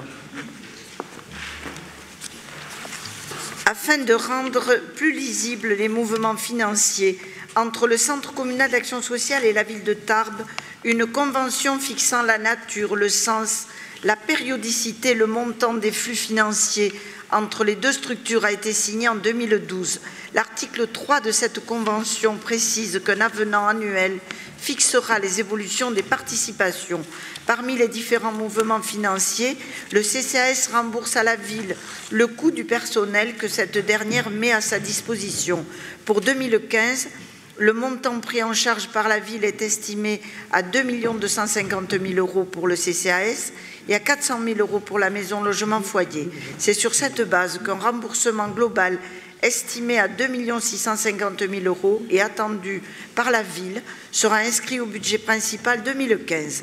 La prévision budgétaire du CCAS et de la maison logement foyer est suffisante car les crédits pour l'ensemble de leurs dépenses de personnel globalisées s'élèveront à 3 721 200 €, dont 2 650 000 € au titre du remboursement à la ville. La différence, 1 071 200 €, correspond aux dépenses de personnel prises en charge directement par le CCAS.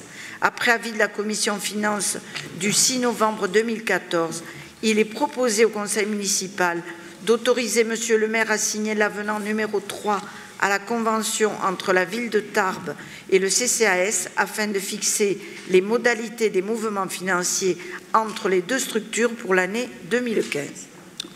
Merci, Madame. Pas d'opposition, pas de remarques. Proposition adoptée. Le point suivant, Monsieur Brunet, sachant que vous avez eu sur table les statuts, les derniers statuts de l'association Ambition Pyrénées.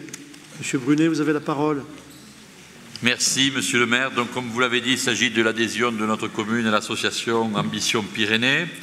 Je vous rappelle que dans le cadre de son projet de territoire, le Conseil général propose la création d'une association dont les buts sont d'incarner la gouvernance partagée de ce projet, d'initier cette démarche, d'accompagner toutes les missions et actions qui s'y rapportent, d'assurer le partage d'actions visant à promouvoir les Hautes-Pyrénées et son environnement géographique, et d'assurer la communication de ce fameux projet de territoire. La ville de Tarbes a été sollicitée pour être membre de cette association, côté du Conseil général du Grand Tarbes et des chambres consulaires. Elle sera représentée au conseil d'administration par 2 membres de son conseil municipal. La cotisation annuelle à l'association sera de 1 500 € à prélever sur les crédits prévus à cet effet. Et après avis favorable de la Commission Finances, Développement économique, Intercommunalité, Administration générale, etc., du 6 novembre dernier, il est proposé au conseil municipal d'approuver l'adhésion de la ville de Tarbes à cette association, de désigner André Doubrère et Gilles Craspaille pour représenter notre ville au sein de son conseil d'administration et d'autoriser naturellement Monsieur le maire à effectuer toutes les démarches nécessaires relatives à cette adhésion. Y a-t-il des remarques particulières? Monsieur Palmade et Monsieur Montama.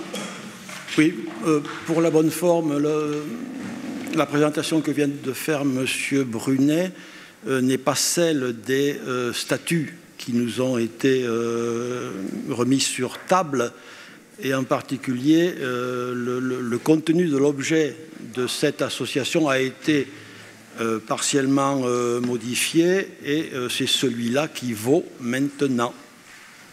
Monsieur Brunet, voulez-vous relire l'objet des statuts, s'il vous plaît? Voilà, voyons. Je vais lire l'article 2, peut-être que le résumé de la délibération était moins fidèle. Alors, je le lis in extenso. Article 2, objet.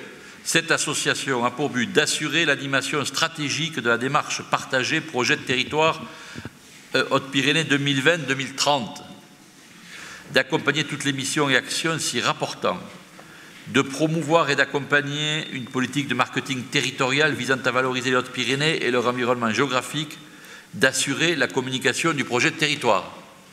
C'est bien cela? Oui, mais ce n'est d'ailleurs pas la seule modification entre les deux textes, le texte initial et le texte qui nous est présenté maintenant. Pourquoi c'est pas la bonne? Ah oui, mais attendez, parce que... Puisqu'il faut lire... Ah, ben alors, continuez, M. Palman. Merci. Il faut lire également une modification en page 2 à l'article 4. Parmi les membres associés, là, il faut retenir maintenant d'autres acteurs parties prenantes du projet de territoire. Alors que précédemment... Parlez plus fort, s'il vous plaît. Il faut lire maintenant d'autres acteurs parties prenantes du projet de territoire, alors que dans le texte initial, il était précisé des acteurs privés ou quelque chose comme ça.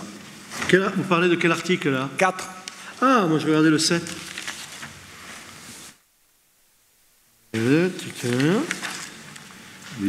D'autres acteurs, parties prenantes du projet de territoire, exact. Oui, oui, c'est bon. Oui, mais je n'ai pas lu. Là. Bon. Non, mais effectivement. Mais chacun a les bons statuts. Sur table, oui. Et donc, c'est la délib qui n'est pas bonne. Nous la rectifions en conséquence. Merci beaucoup. Y a-t-il d'autres remarques? Monsieur Montama? Oui, simplement, ce qui serait bien, peut-être, c'est de se poser la question du bien fondé d'associer dans les membres de ce groupement des acteurs de l'économie sociale et solidaire, des représentants salariés, c'est-à-dire des syndicats, enfin des gens dont le devenir dans l'ensemble des structures de notre département concerne, quoi, des acteurs culturels, enfin élargir un tout petit peu les membres de... Alors est-ce qu'on serait capable de nous poser ce genre de questions en tant que ville lors de l'élaboration Non, monsieur. Les statuts, ils sont tels qu'ils sont là, ils ont été rectifiés, tels qu'ils sont rédigés aujourd'hui, ils sont à prendre ou à laisser. Et moi, je vais vous dire, quand je vois comment se comportent certains syndicats, eh ben, je n'ai pas envie de l'ajouter, ça, là-dedans, voyez-vous? Parce que comme partenaire positif, il y a mieux. Hein. Ça vous appartient comme jugement, mais je n'ai pas cité, cité que des acteurs syndicaux. Non, il y a des acteurs de l'économie sociale et solidaire, il y a des acteurs culturels. Mais vous savez très bien que le débat a eu lieu, monsieur Montama. Allons. Vous savez très bien que le débat a eu lieu, il a été tranché. Les statuts qui vous sont proposés, ce sont ceux sur lesquels il y a aujourd'hui quasiment un accord de tous les partenaires essentiels. S'ils ne vous conviennent pas, ben vous votez contre. Voilà. Mais je vous rappelle qu'il y a des personnes qui ont donné pouvoir et qui votent pour. Qui c'était pour le Front de gauche? Monsieur Dubuix et Madame Elip votent pour. Monsieur Palman? Ils votent comme ils veulent. Hein. Il reste que Monsieur Montama. Qui fait comme il veut? Vous venez d'indiquer le vote de Madame Elip et de Oui, monsieur... ils nous ont écrit pour dire qu'ils donnaient pouvoir sur toutes les autres délibérations, sauf sur celle-là. Ils votent comme ils veulent. Eh bien, ce que je viens de dire. Il reste que Monsieur Montama a raison. Monsieur Montama a raison. Les représentants de l'économie sociale et solidaire et les représentants des organisations syndicales pourront, s'ils le souhaitent, trouver leur place dans les membres associés au titre d'autres acteurs partie prenante du projet de territoire. Monsieur Montama a parfaitement raison et vous en alors puisqu'il a raison, c'est même pas la peine qu'on en tienne compte. Et vous en discuterez au moment où vous traiterez cette question-là, mais il ne faut pas dire comme ça dès maintenant, je récuse absolument les organisations syndicales parce qu'elles ne me plaisent pas. C'est pas comme ça que l'on procède. Eh bien, c'est comme ça que ça s'est passé au Grand Table, vous savez très bien, où vous avez, avec Madame Vieux, fait des pieds et des mains pour que l'économie sociale et solidaire et les syndicats figurent dans les statuts, et vous vous êtes vu opposer une fin de non-recevoir. Donc c'est comme ça. Mais qu'est-ce que ça ne vous plaît pas, vous votez contre. Je soumets à l'approbation de l'Assemblée ces statuts tels qu'ils vous ont été présentés. Ceux qui sont contre le manifeste en levant la main. Ceux qui sont contre le manifeste en levant la main. C'est le droit dans toute collectivité. Ceux qui sont contre, Monsieur Montama, vous êtes contre? Non, ouais, il faut quand même un peu dépassionner le débat. Bien sûr. Il faut dépassionner le débat car, par principe, il y a 6 membres fondateurs, ce sont ceux qui fondent l'association, mais il est précisé que d'autres pourront y accéder, y participer, non pas en tant que membres fondateurs, mais c'est vrai, nous avons proposé qu'il y ait les salariés ou leurs représentants et qu'on élargisse au-delà, aller au-delà des membres fondateurs. Cette position a été retenue. La proposition que nous avons faite au nom du Front de gauche a été retenue. Donc après, les partenaires dans la vie publique, on ne choisit pas forcément ses partenaires. Le débat social, le dialogue social suppose qu'il y ait des contradictions. Et effectivement, on peut être en désamour avec telle ou telle organisation. Ce n'est pas pour autant qu'on doit lui dénier sa place et son rôle public. Monsieur Montama, on vous propose des statuts avec, comme le vient de le préciser Monsieur Palmade, d'autres acteurs parties prenantes du projet du territoire pourront en faire partie, des membres associés, également les structures qui s'engagent à contribuer aux objectifs de l'association Ambition Pyrénées et notamment les organismes associés des membres fondateurs. Donc voilà comment les statuts ont été rédigés. Il n'est pas question qu'on les modifie ici ce soir, c'est tout. Voilà. Donc, vous trouverez dans ces 2 derniers paragraphes de l'article 4, vous y trouverez toutes les solutions aux problèmes que vous évoquez. Et bien évidemment, les dirigeants de l'association apprécieront le moment venu. Donc, aujourd'hui, nous, on vote sur l'adhésion de la ville de Tarbes et sur l'adoption de ces statuts, point final, tels qu'ils ont été rédigés. Je souhaite, s'il vous plaît, Monsieur le maire, donner une explication de vote. Puis-je?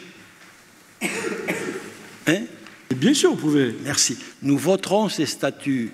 Nous voterons ces statuts parce qu'ils contiennent un article 4 qui permet de faire venir parmi les membres associés tous ceux qui le souhaitent.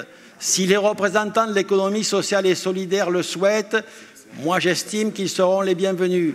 Si les organisations syndicales le souhaitent, je pense qu'elles seront les bienvenues. Nous aurons ainsi un projet de territoire qui sera vraiment un projet de l'ensemble des territoires et de toutes les forces de ce territoire. Monsieur Palmade, je vous remercie de ce que vous venez de dire, sauf qu'il n'est pas écrit que pourront y être associés tous ceux qui le souhaitent. Ce n'est pas comme ça que c'est rédigé. Voilà, c'est tout.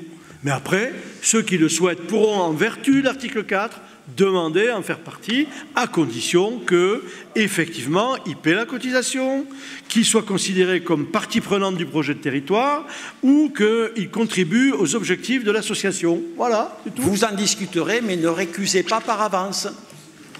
Je récuse la précision qui était demandée, c'est-à-dire que soit inscrit représentant de l'économie sociale et solidaire et les syndicats. Je suis au courant du débat, je sais ce qui s'est passé, donc on accepte... Non, terminé, on les accepte comme ça ou pas, et puis c'est tout.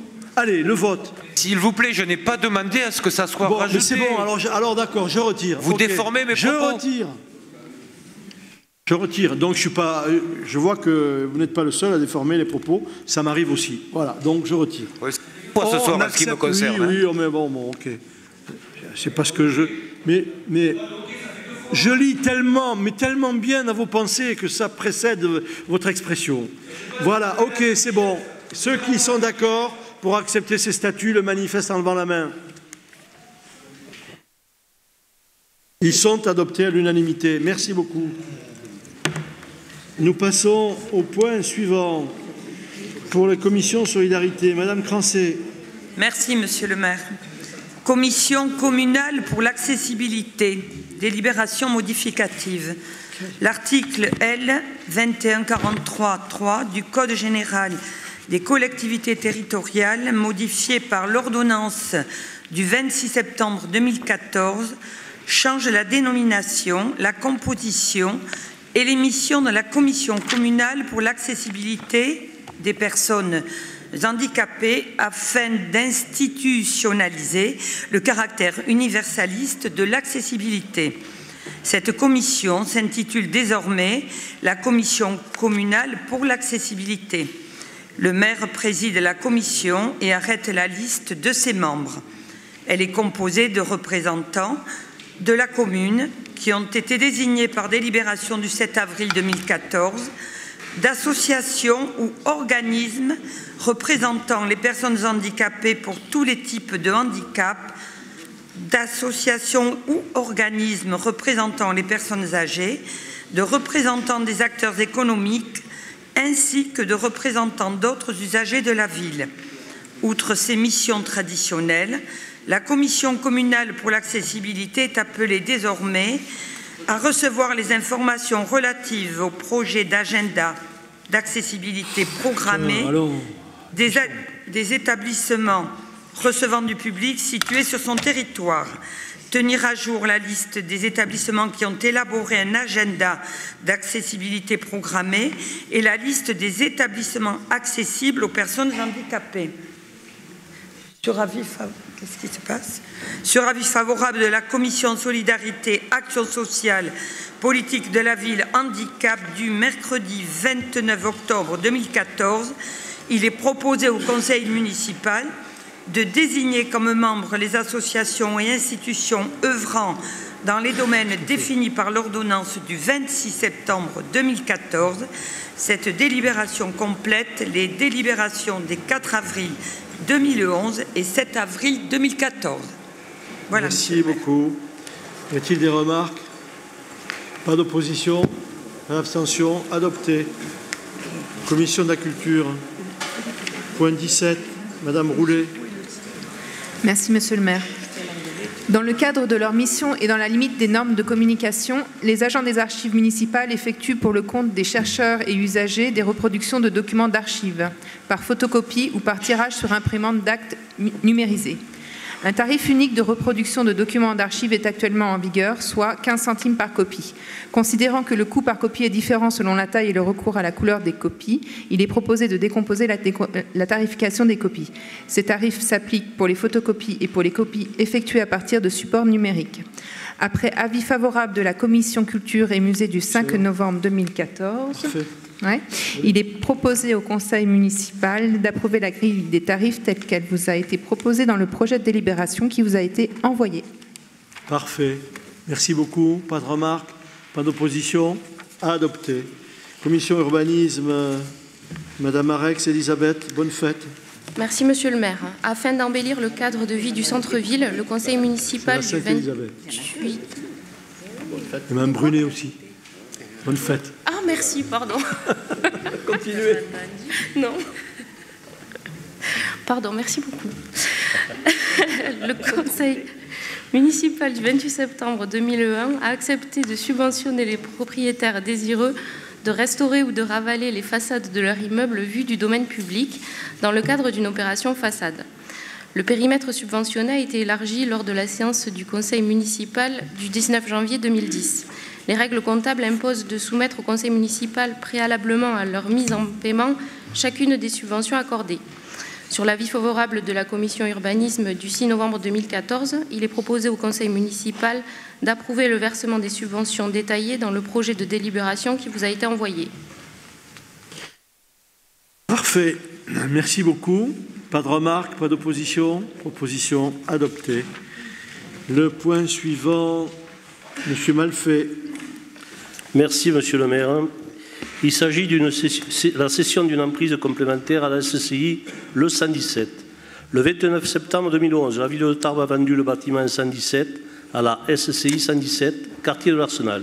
Diverses activités y sont installées et génèrent des déchets.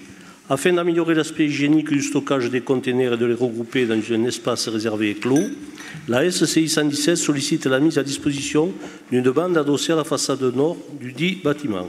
À cet effet, une surface de 58 m² s'avère nécessaire entre les bâtiments 117 et 116 dans le domaine cessible de la commune. Elle serait détachée de la parcelle cadastrée section AK numéro 274. Le prix de vente a été fixé à 10 € hors taxe le mètre carré, correspondant à l'estimation de France Domaine. Sur l'avis favorable de la Commission municipale urbanisme, architecture et infrastructures culturelles, logement, en date du 6 novembre 2014, il est proposé au Conseil municipal d'autoriser la cession à la SCI 117 d'une emprise de 58 mètres carrés environ à détacher de la parcelle AK numéro 274 adossée au bâtiment 117 au prix de 10 € hors taxe mètre carré et d'autoriser Monsieur le maire à signer les actes à intervenir à cette occasion. Merci Monsieur le rapporteur. Des questions? Pas d'opposition? Pas d'abstention? Adopté. Le point suivant, Madame Cassagne-Rodriguez. Merci Monsieur le maire. Cession à la DAPI des parcelles 6 avenue de l'Échesse. La DAPI des Hautes-Pyrénées envisage de recentrer l'ensemble de ses services, externats et internats du complexe enfance à proximité de l'Institut médico-éducatif situé au 74 avenue d'Azerex à Tarbes. Pour cela, elle a sollicité par courrier en date du 6 mai 2014 l'acquisition de terrains appartenant à la ville de Tarbes, située avenue de l'Échesse, dont la surface serait comprise entre 3 500 et 4 500 mètres carrés. À cet effet, il est envisagé de vendre à l'association les parcelles section CK 867, 868, 170, 171 et 386, soit une surface totale environ de 3 540 mètres carrés. Le prix de vente a été fixé à 80 € hors taxe le mètre carré, correspondant à l'estimation de France Domaine.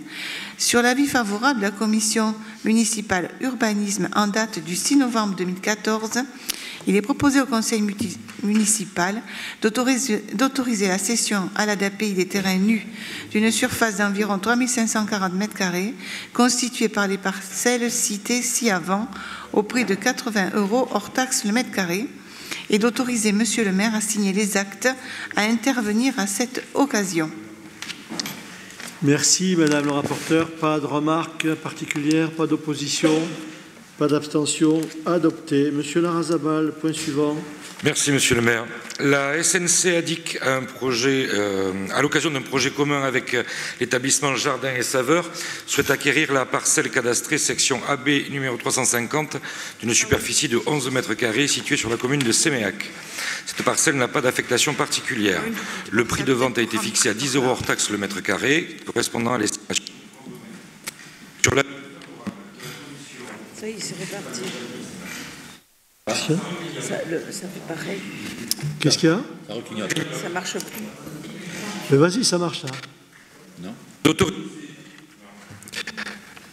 Donc, sur l'avis favorable de la commission municipale urbanisme, architecture et infrastructures culturelles du 6 novembre 2014, il est proposé au conseil municipal d'autoriser la cession à la SNC ADIC de non bâti AB numéro 350 au prix de 10 € hors taxe le mètre carré et d'autoriser Monsieur le maire à signer les actes à intervenir à cette occasion.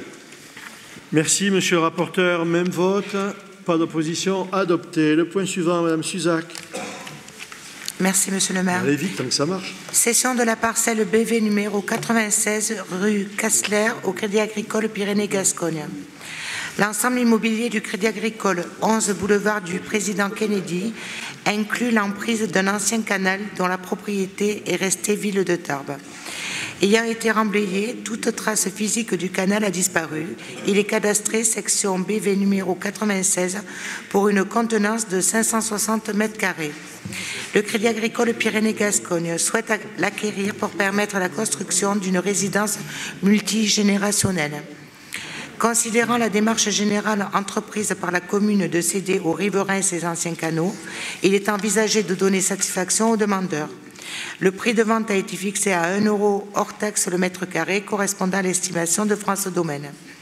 Sur l'avis favorable de la commission municipale urbanisme, architecture et infrastructures culturelles, logement en date du 6 novembre 2014, il est proposé au conseil municipal d'autoriser la cession de la parcelle non bâtie BV numéro 96 au prix de 1 € hors taxe le mètre carré au Crédit Agricole Pyrénées-Gascogne, d'autoriser Monsieur le maire à signer les actes à intervenir à cette occasion. Merci Madame. Même vote, pas de remarques. Adopté. Point suivant, Monsieur Malfait. Merci Monsieur le maire. Il s'agit de la désaffection d'une surlargeur de trottoir boulevard du Maréchal Juin, en vue de son transfert au domaine public du Conseil général des Hautes-Pyrénées. L'alignement de la contre-allée du boulevard Maréchal Juin s'élargit et forme un refuge de 88 mètres carrés environ au droit de l'entrée du Collège de Pyrénées. Le Conseil général a souhaité marquer l'entrée de l'établissement et protéger cet espace en le couvrant par un auvent. La commune a proposé au Conseil général, qui a accepté, de lui transférer l'emprise nécessaire à son projet. Les 88 mètres carrés environ nécessaires à ce transfert doivent préalablement faire l'objet d'une décision de désaffection. Ils seront détachés de la parcelle cadastrée section AR numéro 204 de plus grande contenance. Le trottoir devant l'entrée de l'établissement sera réaligné par le Conseil général. France Domaine a estimé le prix de cession de cette emprise à l'euro symbolique. Sur l'avis favorable de la Commission municipale urbanisme, architecture, infrastructure culturelle, logement, en date du 6 novembre 2014, il est proposé au Conseil municipal de désaffecter de son usage de trottoir l'emprise de 88 mètres carrés environ à détacher de la parcelle cadastrée section AR numéro 204 et de la céder au Conseil général des Hautes-Pyrénées en vue de son rattachement au domaine public du Collège Pyrénées au prix d'un euro symbolique et d'autoriser Monsieur le maire à signer les actes à intervenir à cette occasion. Merci Monsieur le rapporteur. Pas de remarques, pas d'opposition. Adopté. Le point suivant, Madame Arex, Elisabeth, bonne fête. Merci Monsieur le maire. Monsieur Rubio vient d'acquérir une maison d'habitation concernée par un emplacement réservé pour l'élargissement de la rue Célestin Passé. À l'occasion de la construction de sa clôture, il a souhaité que sa propriété soit exempte de servitude d'alignement et a accepté de céder à la ville l'emprise nécessaire. Il est donc envisagé d'acquérir une emprise de 12 mètres carrés environ à détacher de la parcelle cadastrée section BT numéro 746 au prix de 500 € TTC, somme correspondant à l'estimation de France Domaine. À cette occasion, la ville de Tarbes s'engage à réaliser la démolition des ouvrages se trouvant dans l'emprise. Sur l'avis favorable de la commission municipale urbanisme en date du 6 novembre 2014, il est proposé au conseil municipal d'accepter d'acquérir l'emprise indiquée à M. Rubio pour la somme de 500 € TTC et d'autoriser M. le maire à signer les actes à intervenir à cette occasion. Merci Madame Arex. Pas de remarques, pas d'opposition. Adopté. Point suivant, Madame Argounès. Oui, Monsieur le maire, il s'agit de la convention avec la DIL des Hautes-Pyrénées. Depuis plusieurs années, la ville de Tarbes et la DIL des Hautes-Pyrénées ont conclu une convention de partenariat qui vise à informer le public, les locataires, mais aussi les propriétaires sur toutes les questions liées au logement.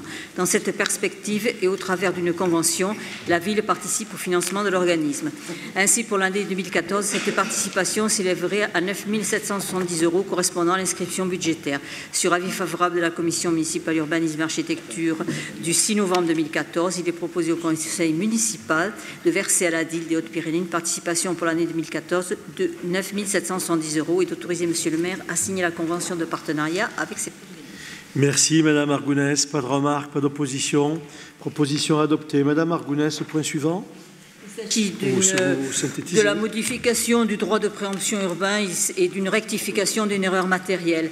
Par délibération en date du 17 février 2014, le conseil municipal a institué le droit de préemption urbain sur l'ensemble des zones urbaines et des zones d'urbanisation futures du PLU de la commune, conformément aux délimitations figurant dans le document graphique annexé à la délibération.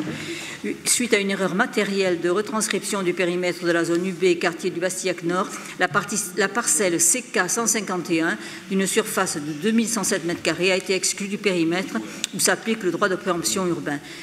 Nous avons donc envisagé de rectifier cette erreur matérielle. Sur avis favorable de la commission municipale urbanisme du 6 novembre 2014, il est proposé au conseil municipal d'inclure cette parcelle dans le périmètre où s'applique le droit de préemption urbain, de modifier le document graphique annexé à la présente délibération. Le périmètre d'application du droit de préemption urbain sera annexé au PLU de la commune conformément à l'article R123, etc. La présente délibération exécutoire et accompagnée du nouveau document graphique corrigé sera par ailleurs adressée aux personnes intéressées. Merci Madame Argounès. Pas de remarques. Nous passons à une proposition adoptée. Nous passons à la commission éducation. Monsieur Craspaille. Merci Monsieur le maire. Il s'agit d'une convention entre la commune de Tarbes et l'association Parlem. La ville de Tarbes soutient le développement de l'enseignement de la langue et de la culture occitane par l'intermédiaire de l'association Parlem, en partenariat avec le Conseil général des Hautes-Pyrénées et l'Éducation nationale. L'école Jean Moulin, à laquelle le conseil municipal avait octroyé une subvention le 22 septembre dernier, s'est trouvée par erreur dans la liste des écoles souhaitant profiter de ce dispositif. Il s'agit d'annuler et de remplacer. la délibération du 22 septembre par une nouvelle délibération en faveur d'une école à la demande de l'intervenant de l'association Parlem. Pour l'année scolaire 2014-2015, une classe maternelle sera concernée, la participation s'élevant à 325 €. Sur avis favorable de la commission éducation et jeunesse du 28 octobre, il est proposé au conseil municipal d'autoriser M. le maire à signer l'avenant 8 à la convention du 14 décembre 2006 entre la ville de Tarbes et l'association Parlem. Cette délibération annule et remplace celle du 22 septembre 2014. Merci, monsieur le rapporteur. Pas de remarques, pas d'opposition. Proposition adoptée. Le point suivant, monsieur Larrazabal. Merci, monsieur le maire. L'association Portes Ouvertes intervient dans le cadre du contrat local d'accompagnement à la scolarité en partenariat avec l'accueil de loisirs associés à l'école Orme-Figarol pour une aide aux devoirs. L'association travaille également avec les enfants du quartier Mouissé dans le cadre du projet éducatif local. Il s'agit de renouveler la convention de partenariat avec cette association pour l'année scolaire 2014-2015 qui comprend notamment le versement par la ville de Tarbes d'une participation de 1 600 € à l'association. Sur avis favorable de la commission éducation jeunesse du 28 octobre 2014, proposé au conseil municipal d'autoriser monsieur le maire à signer la convention avec l'association Portes Ouvertes dans le cadre du contrat local d'accompagnement à la scolarité primaire et pour l'année 2014-2015. Merci monsieur le rapporteur. Pas de remarques, pas d'opposition, proposition adoptée. Le point suivant, monsieur Larrazabal aussi alors. Alors, dans le cadre de la politique jeunesse de la ville de Tarbes, collabore avec l'association ANPA 65 qui intervient sur les temps d'animation en direction des jeunes, des familles et des équipes pédagogiques pour prévenir les conduites à risque concernant les addictions. Et l'association Foyer socio-éducatif du Collège Victor Hugo et le Collège Victor Hugo qui sollicite la ville de Tarbes pour mettre en œuvre des temps d'animation sur la pause méridienne en lien avec le projet d'établissement. On vient de signer les conventions de partenariat pour l'année scolaire 2014-2015. En ce qui concerne le volet financier, l'ANPA 65 ne demande aucun financement. Le foyer socio-éducatif du Collège Victor Hugo s'engage à s'acquitter auprès de la ville d'un forfait d'un montant annuel de 500 €. Après avis favorable de la commission éducation jeunesse du 28 octobre 2014, il est proposé au conseil municipal d'autoriser monsieur le maire à signer les conventions avec les associations partenaires pour l'année 2014-2015 ainsi que leurs avenants éventuels. Merci, monsieur le rapporteur. Pas de remarques. Même vote. Adopté. Le point suivant, monsieur Piron, c'est la délibération qui a été déposée sur table. Délibération numéro 30. Celle-là, je souhaite qu'elle soit intégralement lue, s'il vous plaît. Tout à fait, monsieur le maire. Il s'agit donc de la création d'une chambre funéraire par la SARL Pompe Funèbre Pellué-Saraméa. Une demande d'autorisation de création d'une chambre funéraire a été déposée en préfecture par la SARL Pompe Funèbre Pellué-Saraméa. Le projet se situe sur la parcelle au numéro 3 du boulevard Claude Debussy, dans la villa existante réaménagée à cet effet. La SARL a déposé son dossier auprès des services préfectoraux et en application de l'article R 2223-74 du Code général des collectivités territoriales, le préfet consulte le conseil municipal de Tarbes et recueille également l'avis du conseil départemental de l'environnement et des risques sanitaires et technologiques, le CODERST. Le dossier a été examiné par la commission environnement qui a exprimé un certain nombre d'observations. Sur le plan du respect des réglementations d'urbanisme et relatives aux établissements recevant du public, 2 remarques ont été faites. La première concerne l'absence de délivrance d'un permis de construire. Un dossier a été déposé au service urbanisme de la ville de Tarbes, mais il est incomplet et n'a pas été modifié par le gérant. Aucune instruction n'est donc en cours. La seconde remarque est relative au plan du projet d'aménagement joint au dossier déposé en préfecture. Il présente une anomalie au niveau de l'accès du public qui est prévu par une rampe aménagée sur la totalité de l'emprise réservée au passage des fourgons mortuaires. Cet aménagement représente un risque d'accident pour toutes les personnes se rendant dans l'établissement. À ce jour, sans instruction de permis de construire, la commission communale de sécurité et d'accessibilité n'a pas été consultée. Sur le plan des atteintes possibles à l'environnement liées à ce type d'activité, c'est-à-dire la pollution des réseaux publics d'eau, de consommation et usée, et la contamination de l'air et nuisances sonores. Les éléments sommaires du dossier n'ont pas permis d'appréhender en toute connaissance de cause l'impact qu'aura cet établissement. Or, des habitations sont très proches, au nord et à l'est du projet. Il manque notamment les éléments d'appréciation suivants. La localisation du groupe frigorifique, des compartiments réfrigérés et la climatisation réversible des salons. Les caractéristiques et la localisation des équipements du système de traitement de l'air, de la salle technique et de filtration de l'air des salons, ainsi que les caractéristiques des eaux usées dans le rejet prévues dans le réseau public d'assainissement, doivent faire l'objet d'une autorisation préalable de la ville. Enfin, situé sur le boulevard Claude Debussy où le trafic est très important, la Commission s'interroge sur l'opportunité d'installer un tel établissement sur ce site où des risques d'accident de la circulation sont à craindre lors de la formation de convois mortuaires. En résumé, aucune mesure de prévention n'est présentée par le gérant, ni aucune garantie qu'il prendra en compte les risques sanitaires, environnementaux et d'accidents de la circulation susceptibles d'être générés par son activité. Aussi, sur avis de la Commission Environnement et Développement durable, Propreté et cadre de vie du 13 novembre 2014, il est proposé au Conseil municipal de transmettre à la préfecture un avis défavorable à la réalisation de ce projet. Merci, monsieur le rapporteur. Y a-t-il des questions, des interventions? Personne? Je soumets donc cette délibération à votre approbation. Qui désire s'abstenir? Voter contre? Elle est adoptée à l'unanimité. Merci. Le point suivant, madame Cassagne-Rodriguez. Merci, monsieur le maire. Manifestation Tarbes en décembre, révision du tarif. À l'occasion de la manifestation Tarbes en décembre, il est reconduit la mise en place de la patinoire du 28 novembre 2014 au 4 janvier 2015. Les tarifs d'accès à la patinoire restent identiques à 5 € pour le public et 2 € pour les scolaires et les étudiants du 29 novembre au vendredi 19 décembre. La ville de Tarbes souhaite toutefois porter le tarif à 6 € pour les nocturnes, samedi et dimanche pour tout public. Après avis favorable de la commission commerce du 15 octobre 2014, il est proposé au conseil municipal d'approuver les tarifs proposés ci-dessus et d'autoriser monsieur le maire à signer tous les actes utiles. Merci madame. Pas de remarques, pas d'opposition. Proposition adoptée. Le point suivant, madame Argounès. Par délibération du 6 février 2012, le conseil municipal a autorisé monsieur le maire à signer une convention d'occupation du domaine public avec chaque commerçant occupant une surface commerciale sur l'Albre-Auban. Le commerce de l'étal 37 avait un contrat avec la franchise Théodore jusqu'au 30 septembre 2014. Depuis le 1er octobre 2014, il n'est plus franchisé et souhaite poursuivre la même activité, mais en tant qu'entrepreneur individuel. Conformément à l'article 7 de la convention d'occupation, la ville a été informée de ce transfert. Le conseil municipal est donc amené à se prononcer sur cette poursuite d'activité qui se substituera à la franchise dans les formes et conditions de la convention. En conséquence, sur avis favorable de la commission commerce du 15 octobre 2014, il est proposé au conseil municipal d'autoriser la cession de la convention d'occupation du domaine public de l'étal 37 et d'autoriser monsieur le maire à signer la nouvelle convention. Merci, merci madame Argounès. Y a-t-il des remarques? Pas d'opposition, pas d'abstention? Vous voulez qu'on réfléchisse un peu? Non. Non. Proposition adoptée.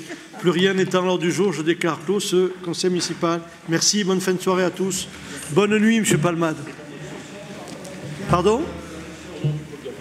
Quoi? Quelle motion? J'ai pas de motion, moi. Vous avez une motion? Non. Pas du tout? Pas de motion. Je réitère, bonne nuit, monsieur Palmade.